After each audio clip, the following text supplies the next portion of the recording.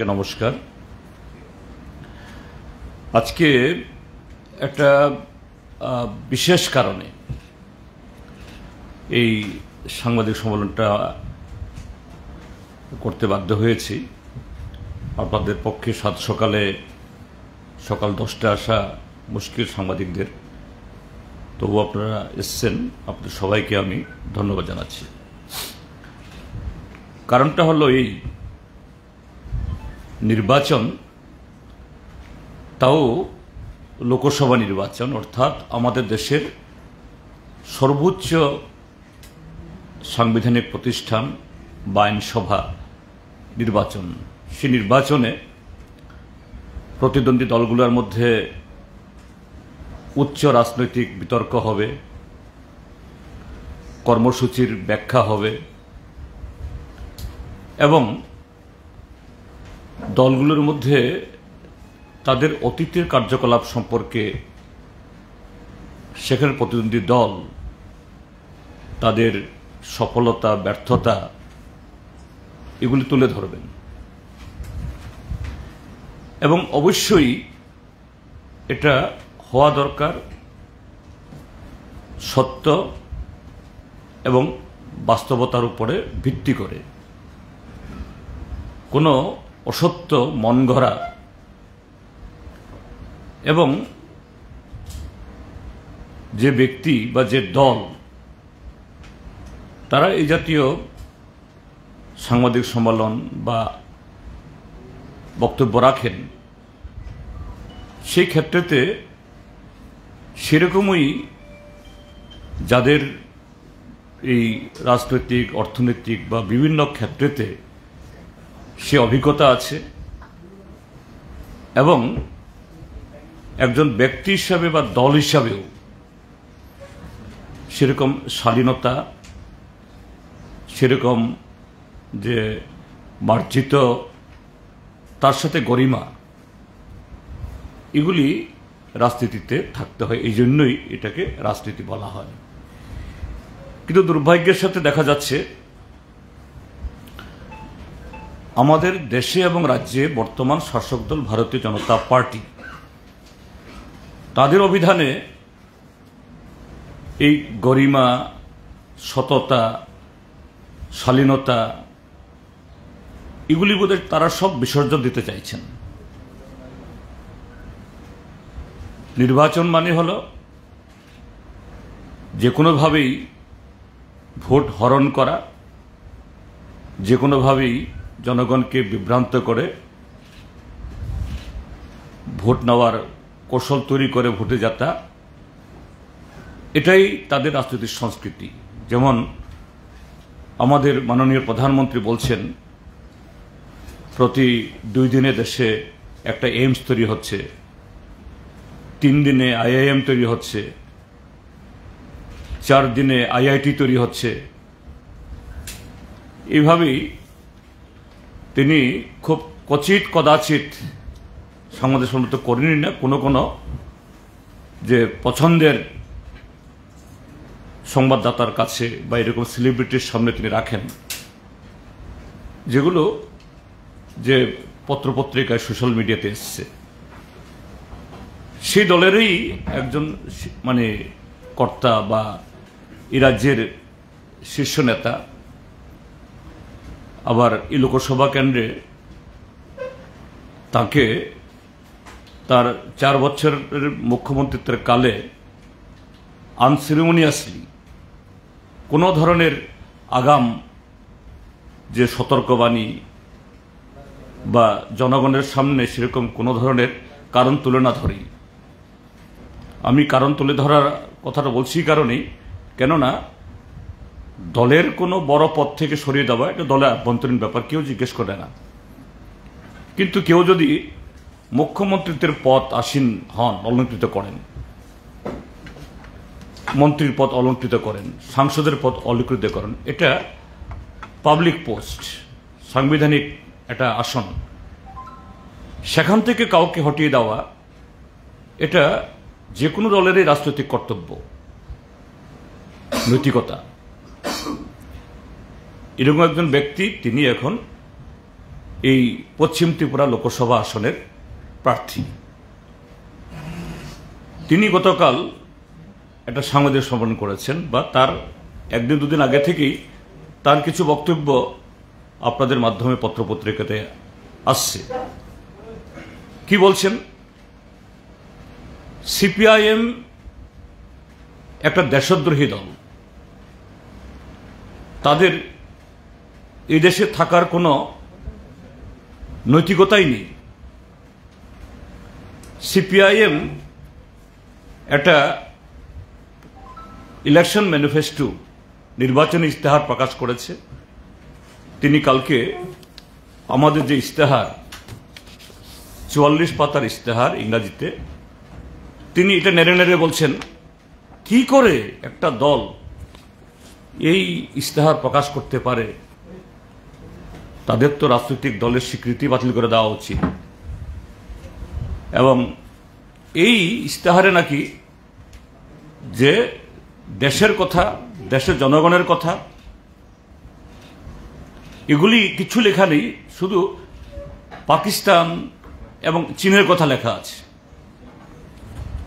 এবং তার মধ্যে তিনি একটা পৃষ্ঠা, তার মধ্যে এটা উল্লেখ করে বলছেন যে পৃষ্ঠাতে আমরা আমাদের শুধু দেশের না, আমাদের এই উপমহাদেশের তার যে মানে সিকিউরিটি, ন্যাশনাল সিকিউরিটি এবং আঞ্চলিক সিকিউরিটির কথা বলেছি আমরা, এগুলি নিয়ে তিনি মন্তব্য করছেন।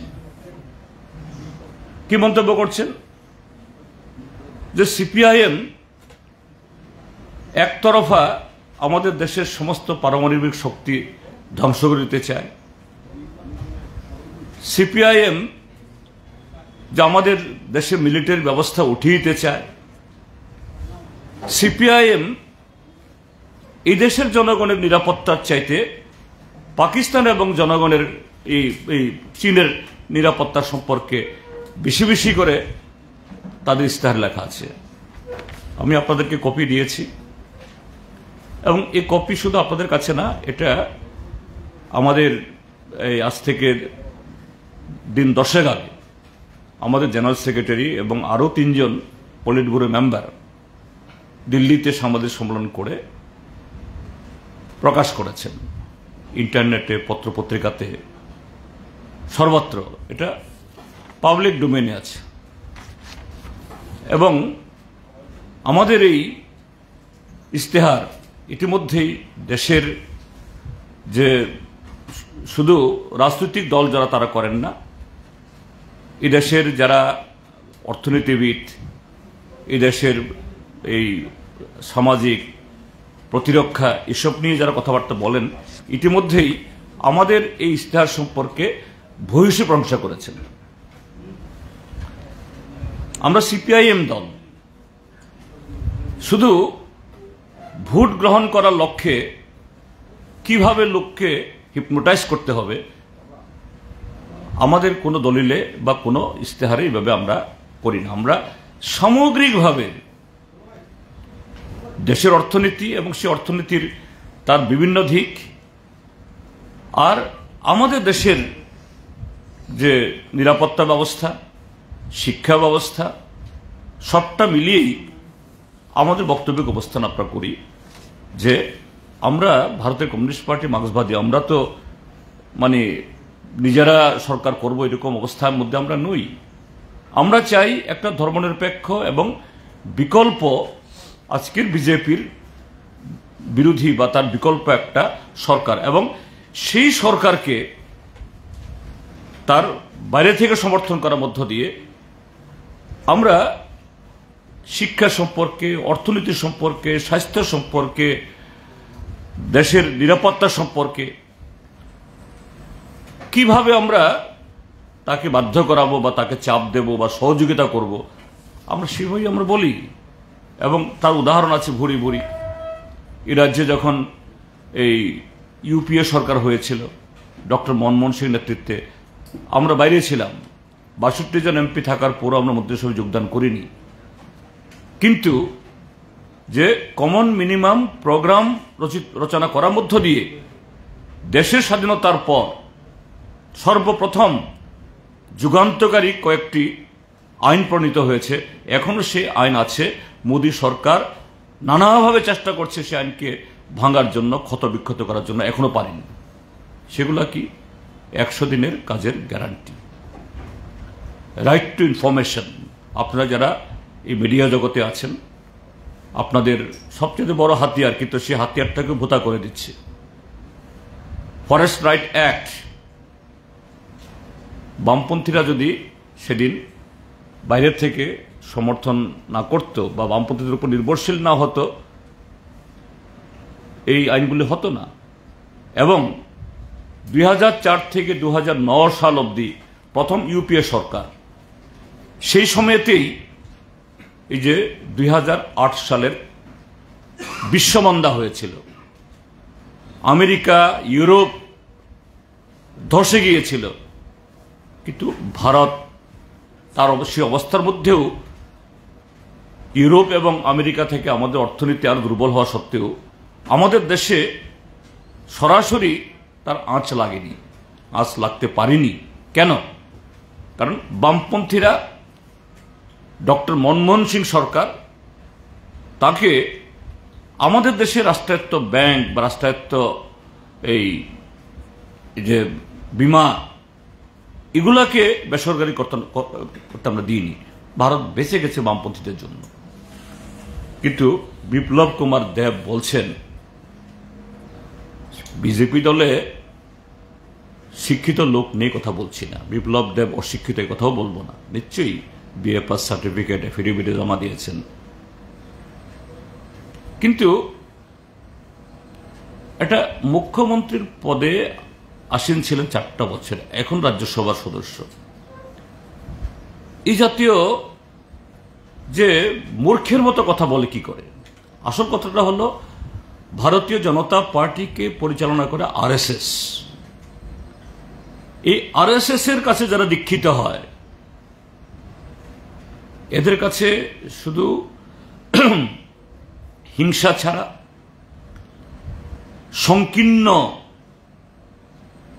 দেশের অর্থনীতি হোক বা শিক্ষা হোক, ওই অন্ধভক্ত তৈরি করা ছাড়া আরএসএস এর কারখানায় আর কিছু তৈরি হয় না।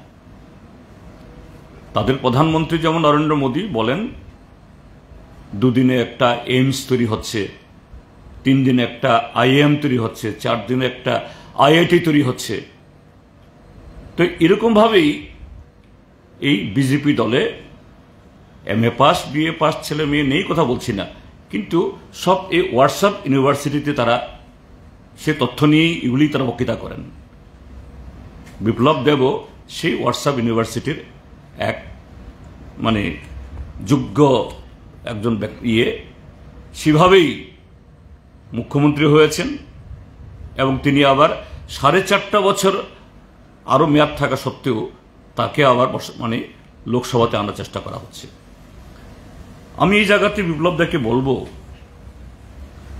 প্রার্থীদের বিরুদ্ধে আমরা ব্যক্তিগত বলি না, কিন্তু ত্রিপুরাজ্যের রাজনৈতিক সংস্কৃতিতে বিগত কয়েক দশকে যে কয়েকজন রাজনীতিক এখানে হিংসা, ভোটে কারচুপি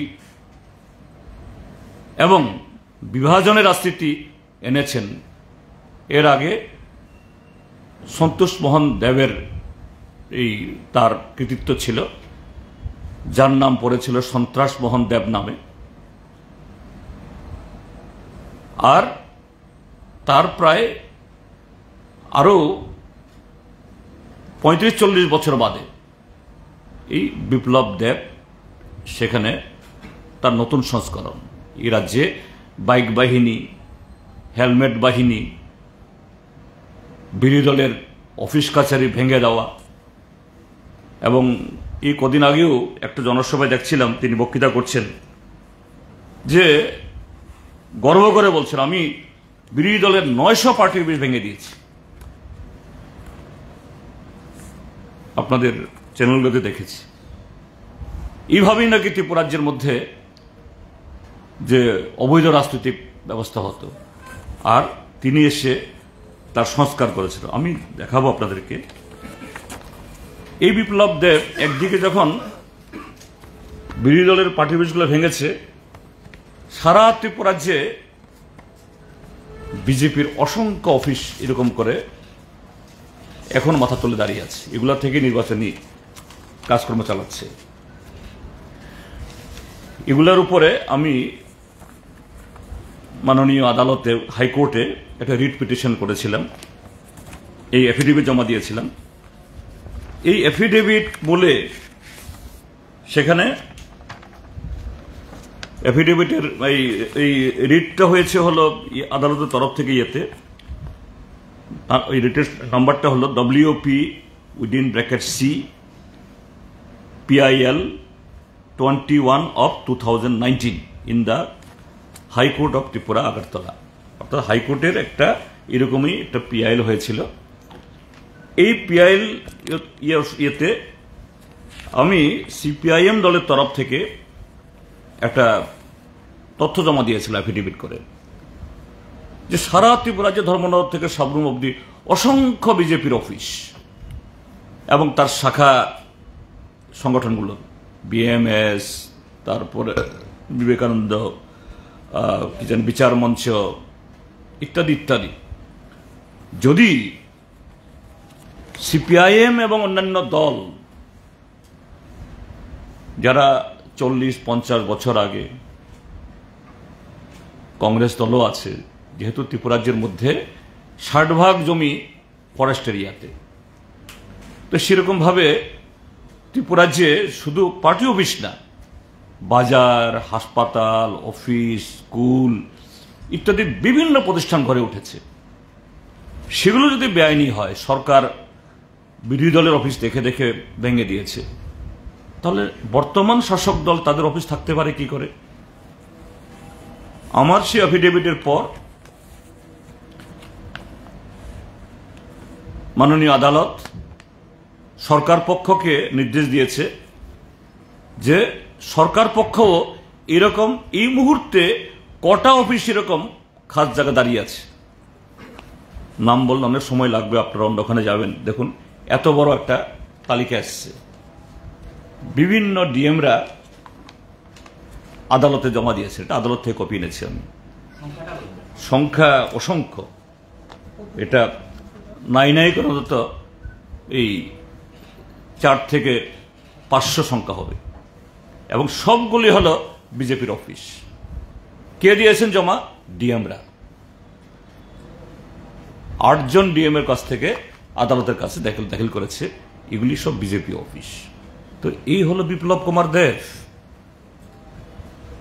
তার চোখে আজ থেকে 40, 50, 60 বছর আগে খাস জমিতে বাজার গড়ে উঠেছে, হাসপাতাল গড়ে উঠেছে, স্কুল গড়ে উঠেছে, মন্দির গড়ে উঠেছে, পার্টি অফিসও গড়ে উঠেছে, সব দলের পার্টি, এই না যে শুধু CPIM এর।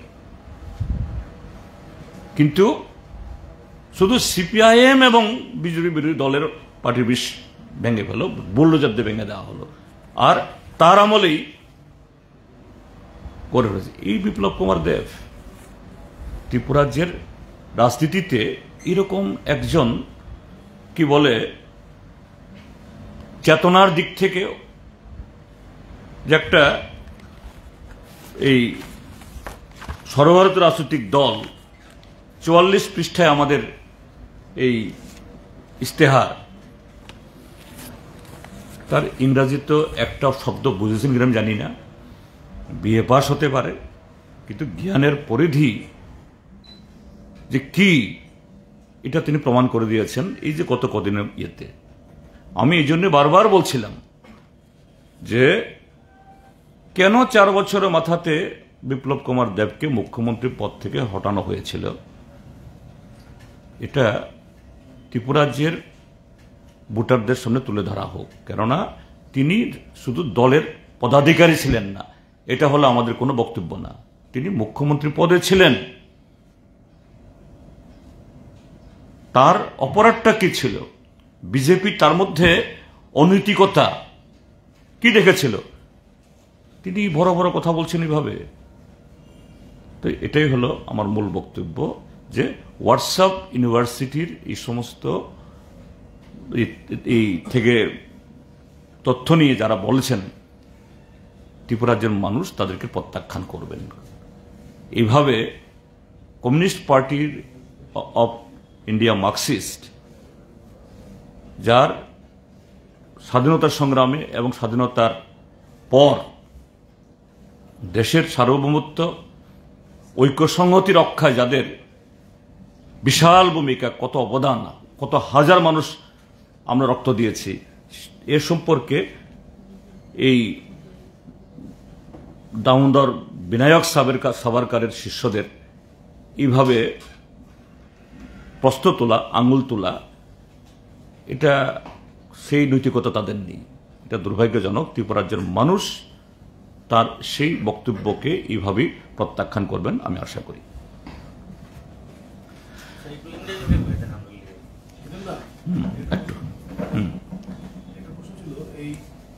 বিপ্লব দেবের সময় দেখা গেছে এই বাইক বাহিনী এগুলোর একটা উৎপাদ ছিল।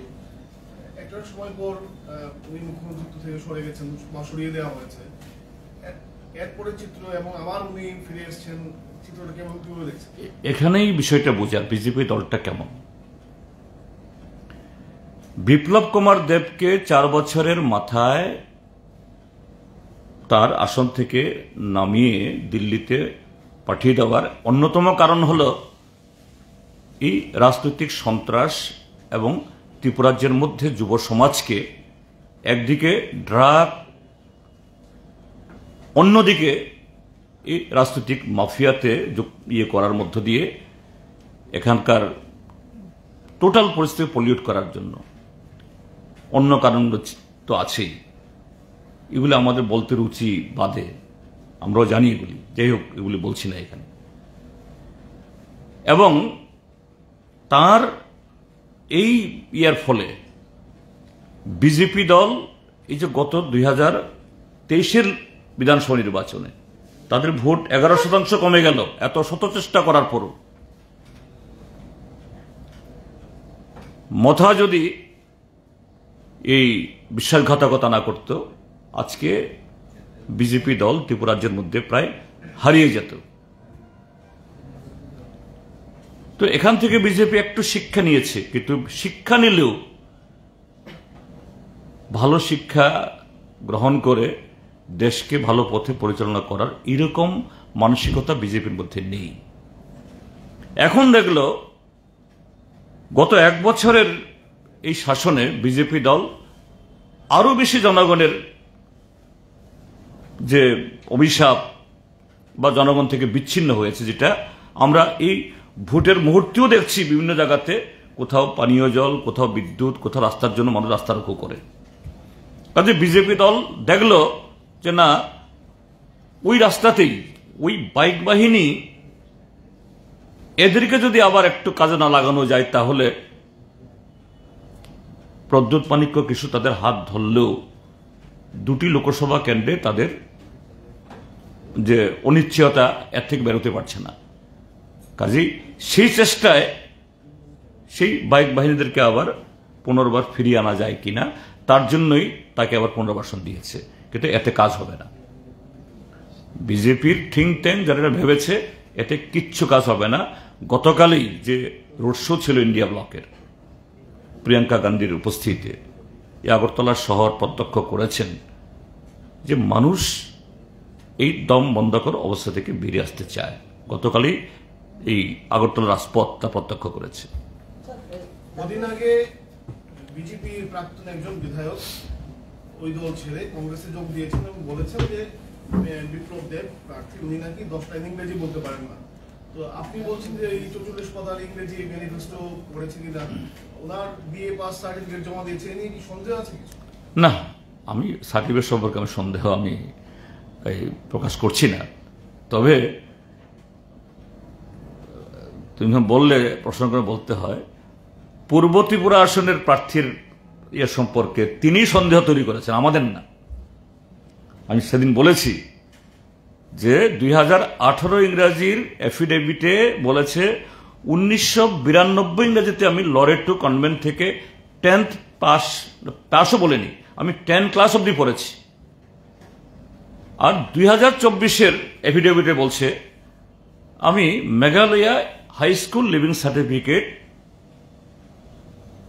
পেয়েছি 1990 ইংরেজিতে, আরো 2 বছর পিছিয়ে গিয়ে বলছেন। কাজেই ওটা সম্পর্কে আমাদের সন্দেহ, এই জন্য আমরা বলেছি আমরা। আর কোনো প্রার্থী এরকমভাবে তার এফিডেভিট যদি ভুল দেয়, তথ্য যদি ভুল দেয়, তাহলে নির্বাচনের নিয়মেই পাশ করলেও ফেল করলেও তার সদস্যপদ যাবে। আমরা এখন রাজনৈতিক লড়াই করছি, যদি আইনি লড়াই যদি করতে হয় আগামী দিনের জন্য আমরা ভাববো, এটা এখন আমরা ভাবছি না। আর বিপ্লব কুমার দেব তো তার যে বক্তব্য, তার বক্তৃতা এই মুখ্যমন্ত্রী থাকাকালীন সময়েতেও যে সমস্ত বক্তব্য রেখে তিনি ওই ভারতবর্ষের রাজনৈতিক চাটুকারদের জোকারের তালিকায় পড়েছেন, এটা তো ত্রিপুরা মানুষ জানেনি। কাজে এগুলি সব হলো হোয়াটসঅ্যাপ ইউনিভার্সিটির তথ্য, এটা বাস্তব তথ্য না। আর আমাদের এই ম্যানিফেস্টো পরে বুঝার জ্ঞান তার নেই, কাজে এটা বলে লাভ নেই। 100 ভাগ। আজকে তো আমি তো বলেছি, যদিও জনসভা শুরু হয়নি, এখন সাবরুম থেকে খবর এসছে 20টা বাস দাঁড় করিয়েছে। এই একটু আগে, আমি এখানে আসার আগে আমাকে ফোন করছিল একজন, 20টা বাস দাঁড় করিয়েছে, কোন রকমে 6টা বাসে লোক ঢুকে পাঠিয়েছে, বাকি 12টা বাস আর আগটলমুখ হয়নি। আমার যেহেতু আমার বিধানসভা কেন্দ্র, আমার মহকুমা, নীতি বিজেপির লোক কত আসলো, বলছে 20টা বাস আছে, 6টা বাস গেছে আর 12টা বাস স্ট্যান্ডে চলে গেছে। হ্যাঁ, মেসেজ হলো ভারত দেশের মানুষের সাথে এই ত্রিপুরা রাজ্যের মানুষও বিজেপিকে ক্ষমতা থেকে হটিয়ে আমাদের দেশকে রক্ষার, সংবিধান রক্ষার জন্য দৃঢ় প্রতিজ্ঞ। বিজেপি গণতান্ত্রিক পথে গিয়ে জনগণের এই রায় সে কখনো স্বীকার করে না, এবারও করতে চাইবে না, নানা ধরনের ফন্ডি সৃষ্টি করতে পারে। আমার আবেদন থাকবে সকাল সকাল আগামী 19 এবং 26 ঘর থেকে বের হন। যে কোনো পবিত্র কাজ আমরা সকালে ঘুম থেকে উঠে স্নান করে আমরা করি, এটা সবচেয়ে বড় পবিত্র কাজ। কাজে সেদিন করুন, বিজেপির পতন অনিবার্য। একই রামনগর বিধানসভা কেন্দ্র তো আরো বেশি, সেখানকার মানুষ জবরদস্তি করে এদের আই কার্ড, তারপরে কমিশন যে এই দিয়েছে, এগুলি ভোটার স্লিপ বিলি করছে, এগুলি নাকি তুলে নিয়ে যাচ্ছে। তো পরাজয়ের আতঙ্ক কিভাবে এদের মনকে গ্রাস করেছে, এটাই তো বোঝা যায়। স্যার, স্পেশালি ফর টিপ্রাসাদের কি বার্তা দিতে চাইবেন আপনি? চিনি টিপ্রাসা তাকো বকরগুনি থানিও ও কক সানান নাইও টিপ্রাসা হিনই থাংনাই বিশিদক আইপিএফটি এবং আবনি হল ত্রিপুরা মথা ত্রিপুরা সারণথংখা চিনি ত্রিপুরা হানি যত লোক রণথংখা। যে বিপ্লব দেব এই 8 জানুয়ারি 2019 बांग्लादेशी इसको हम हटाएंगे, वो विप्लव देव मेरा परम मित्र हो गया। अभी एडीसी এলাকাতে গিয়ে বলছে, আমাদের ট্রাইবাল এলাকাতে গিয়ে, বিপ্লব দেব মেরা মিত্র, যে মিত্র তোমার লোককে গুলি করে পৃথিবী থেকে সরিতে চায়, আর সেই বিপ্লব দেব এখন পরম মিত্র, শুধু মিত্র না। কাজেই চিনি ত্রিপ্রাসা তাকু বকরব আপু বুচিদি, হ্যাঁ চিনি রাজানি বুসুক রাজবানি চেরাইব বনসং বরম গাইও হামবা হামজাগো, কিন্তু চিনি থিনাংন চিনি সিনিমংন চিনি হানো চিনি মান্থাইন আমতি খাই ফালেরিউই ব বিজেপি হাই দলন হাফাঙ্গ নারক নাই তাই বাইসা দিল্লিও আবো খাইनायनि बागै जुबाजु खायनाय आबोनो त्रिपुरा सरक जों मानिमानिया जे सिनि जे सेल्फ रेसपेक्ट गोनां बरक सागनो हामजांनाय बरक दफानो हामजांनाय बरक केबो आबोनो गसिमानिया काजि आनि अबतंनाय व्यक्तिगतभावे प्रार्थी बाय दलनि नेता बाय चिनि कोनो केना करि कोनो आरि करि किन्तु आबो चिनि फ्यूचार चिनि थिना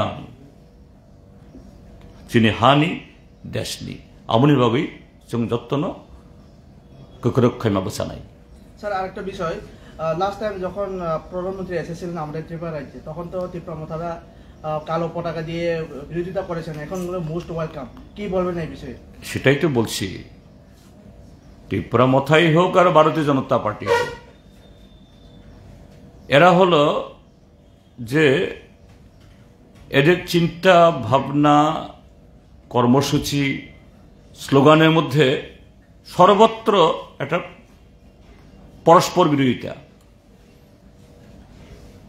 এরা দিনকে রাত বলে রাতকে দিন বলে আমি তো একটু আগে বললাম যে এই বিপ্লব কুমার দেবকে বলছিল ত্রিপুরাসাদের সবচেয়ে বড় শত্রু আর এখন বলছে সবচেয়ে বড় মিত্র এবং সেদিন কুমারঘাটে কি বলল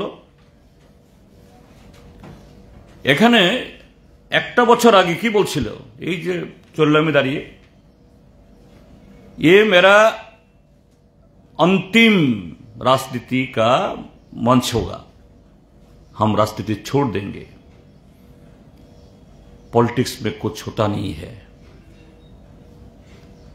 ये भारतीय जनता पार्टी त्रिपुरा को कुछ नहीं दिया ये ठकाई पार्टी